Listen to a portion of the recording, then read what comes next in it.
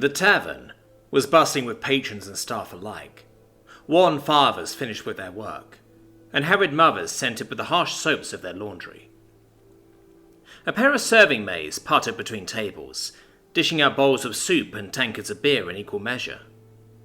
Between the hum of human activity, there was another kind of hum altogether. The subtle magics of little consequence that everyone knew filled the air with their presence. Small spells to heal nicks, others to cool the sweat on damp foreheads, and yet others still to soothe the ache of tired feet. One particularly interesting magic was that of the cold beer. I could tell the consequence of such a perpetual chill was situated smartly in the kitchen's hearth, a perpetual flame used thriftily to cook the evening's meal. I wondered whether it was the tavern keep himself who thought of such a clever use for a magic's price, or if it was his wife. I was in the middle of contemplating the possibilities of either reality, when my thoughts were interrupted by the screech of a chair opposite my own, at the table being pulled free. Already I was scowling as I turned my gaze towards that distraction, and I pulled up short. The young man before me was more of a boy, barely more than a child, really. Plunking himself so rudely down into the chair, I couldn't help but find myself intrigued. One of his eyes was put out, and the other hummed with his own fairly strong magic. One I recognized. So then, the price of his sight was his sight, or at least part of it. How do you do it? His words were teeming with a furious curiosity. I smiled. Perhaps he was not as young as he seemed. The alternative was that he was rather clever indeed. Maybe even more so than the tavern keeper. Despite that, he seemed rather impatient with my continued silence. Just as he opened his mouth to speak again, I raised a finger, silencing him instantly. You seem fairly well acquainted with the idea of magic's price. His one good eye blinked, and he paled ever so subtly in the ruddy tavern light. My smile widened. Have you ever considered that the price of magic could be a benefit? He stared blankly for just a moment before his one good eye widened. One hand came up to the other, and the silence stretched on between us, covered only by the bustle of people around us. After a long moment he put his hand down and leaned forward, his voice barely a whisper as he demanded, "Show me." Well now, clever and bold. Maybe this child's ignorance was worth his intelligence. There was a price for everything, after all. He seemed surprised by my suddenly standing up. I offered only a small beckoning wave of my hand before making my way to the tavern's door. On the way I left a number of coins on the tavern keep's bar. It wouldn't do to short my favourite establishment, after all. It was only a moment after I had left the dim, hot tavern that the boy slipped through the doorway after me. The subtle chill of the growing twilight was a pleasant contrast. It wouldn't be long before pleasant contrast became unpleasant cold, however. I paused a moment before turning to the still rather impatient face at my side. Where are your parents, boy? I would not adopt their child without their blessing. A small beat followed before he shrugged, diffidently, and there was my answer. I snorted. Then I will waste no time. He spent a few startled moments just standing there, as I took off with a long stride before scampering to catch up with me. Who are you?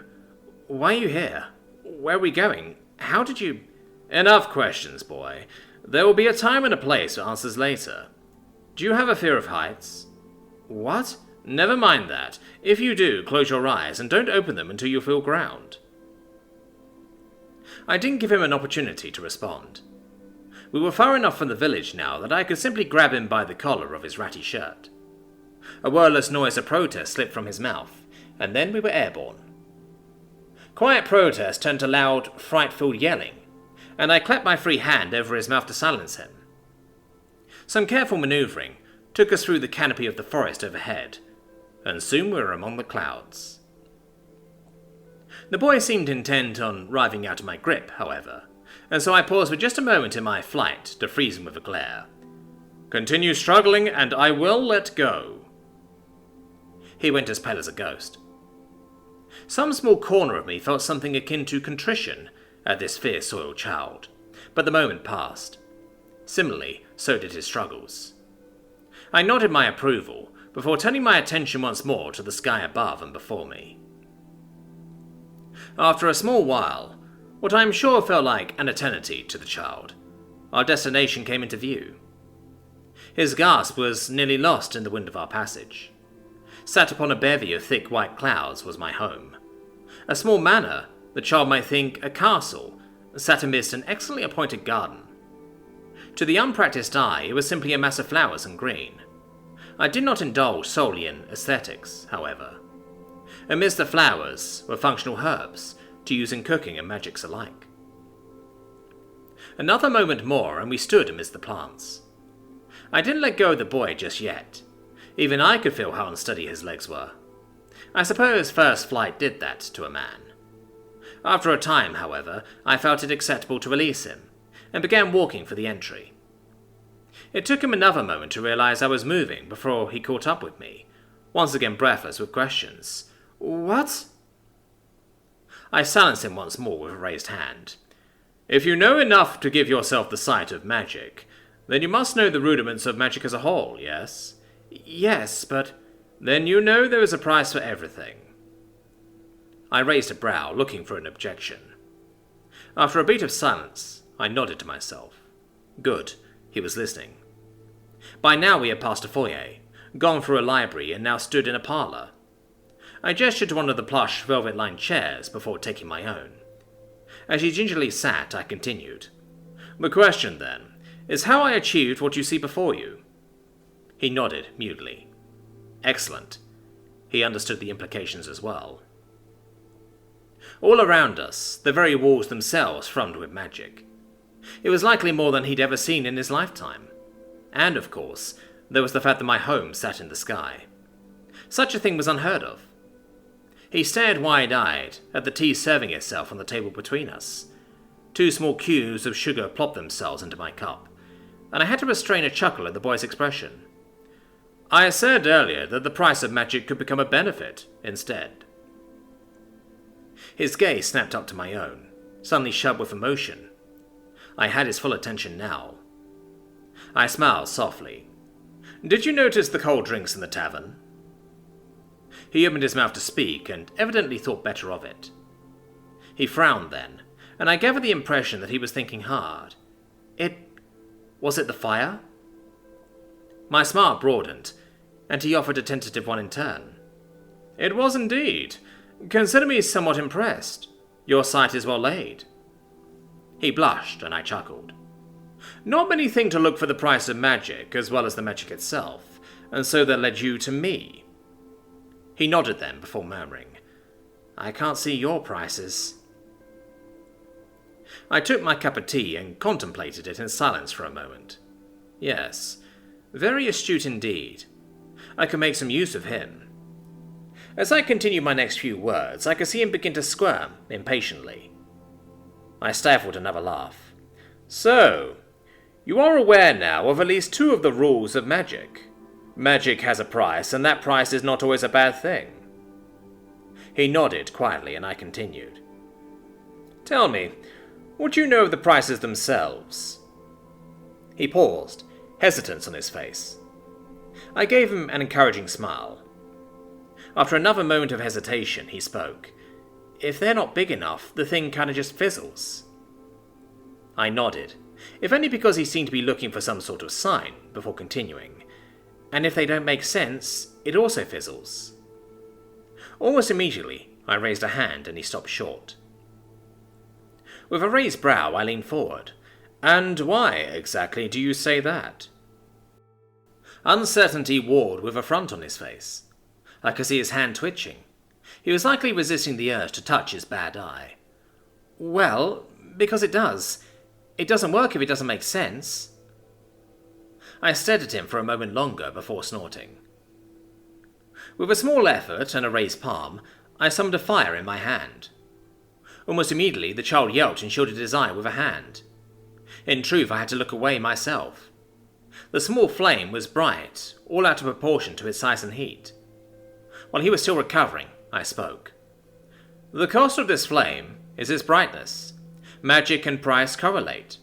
That is the common assumption, and it is reasonable given that correlating prices are the easiest to work out. Most can do so by instinct alone. I closed my fist over my palm, extinguishing the flame. Perplexity sat on the boy's face. He still didn't quite understand, and I was beginning to think I may have overestimated him. With a sigh, I opened my palm again, summoning another flame, of reasonable brightness this time, and immediately soaking his shirt through with water as a consequence. He yelped again, but this time for a completely different reason. I was speaking before he could complain. Tell me, how does a soaked shirt correlate to a flame in the palm? He spluttered a thoughtless response. Water to fire? Well, I suppose he must be a quick thinker, too. Once more I extinguished the flame, and contemplated the now wet boy before me. He wilted just a tad under my gaze. Another display of magic was in order, and so I followed up with a third palm fire, the price of which was the utterly acrid scent of a stable incredibly neglected. For a moment he seemed grateful that his shirt was wet, given it blocked more of the scent with his nose hidden behind it. Once more I asked, "How does this price correlate?" He sat quietly. The majority of his face was bundled in his dripping shirt, as he thought ever so furiously. The sight would be comical, were I not having to withstand the stench myself. Eventually, however, he spoke up. "It doesn't?" His voice was muffled in cloth. Almost immediately, I closed my palm on the flame once more. Simultaneously, a quick breeze rushed in through a window that hadn't been there before, carrying free the reek of horses. He, of course, watched on in wonder. An excellent deduction. Why then do you think spells fizzle with a lack of correlation? I have so clearly shown that spell and price, that cause and effect, need not necessarily go hand in hand. I raised my brow, knitting my fingers together in my lap as I awaited an answer. It took him a long while, but I had more than enough patience. I had only a lack of tolerance for incorrect answers, not for time spent considering. You said earlier it was easier to work out prices if they made sense. I nodded when he paused, urging him onward, and spells can fizzle if the price is too small. He stopped again, but this time to consider once more. I could tell at least that much. I didn't wait long before he continued the train of thought. So it's harder to figure a large enough price if you don't. If the spell and price don't match? To the child's delight, I nodded. And so, to finish the thought, any price can be used by any spell. The only limit is whether that price is high enough. This, of course, is not a well-known fact. If it were... My gaze darkened. There would be no shortage of people killing each other for trivialities. It took less than a moment for what I had said to sink in, and the boy blanched. Once more I raised my brow. Surely you realize, then, that if you were to let this fact slip... He was nodding before I felt I had to be explicit, which was good. Smart boy. Quick boy. An excellent apprentice indeed. I stood up rather suddenly, and he blinked in surprise. I spoke over my shoulder as I turned to exit. You will find fresh clothing on your bed upstairs. Take care exploring. The manor has a penchant for pranks, and I would rather you not find yourself lost in a cellar that wasn't there before. Wait. I paused in the doorway to look back at him. Does that mean... Yes, child, you are my student now. I expect nothing less than the best from you. Do you understand? He sat there, dumbly for a moment, before quickly finding himself and nodding all too hard. I chuckled. Good. You have the makings of an excellent mage within you. Now get some rest. We have quite a bit to talk about on the morrow.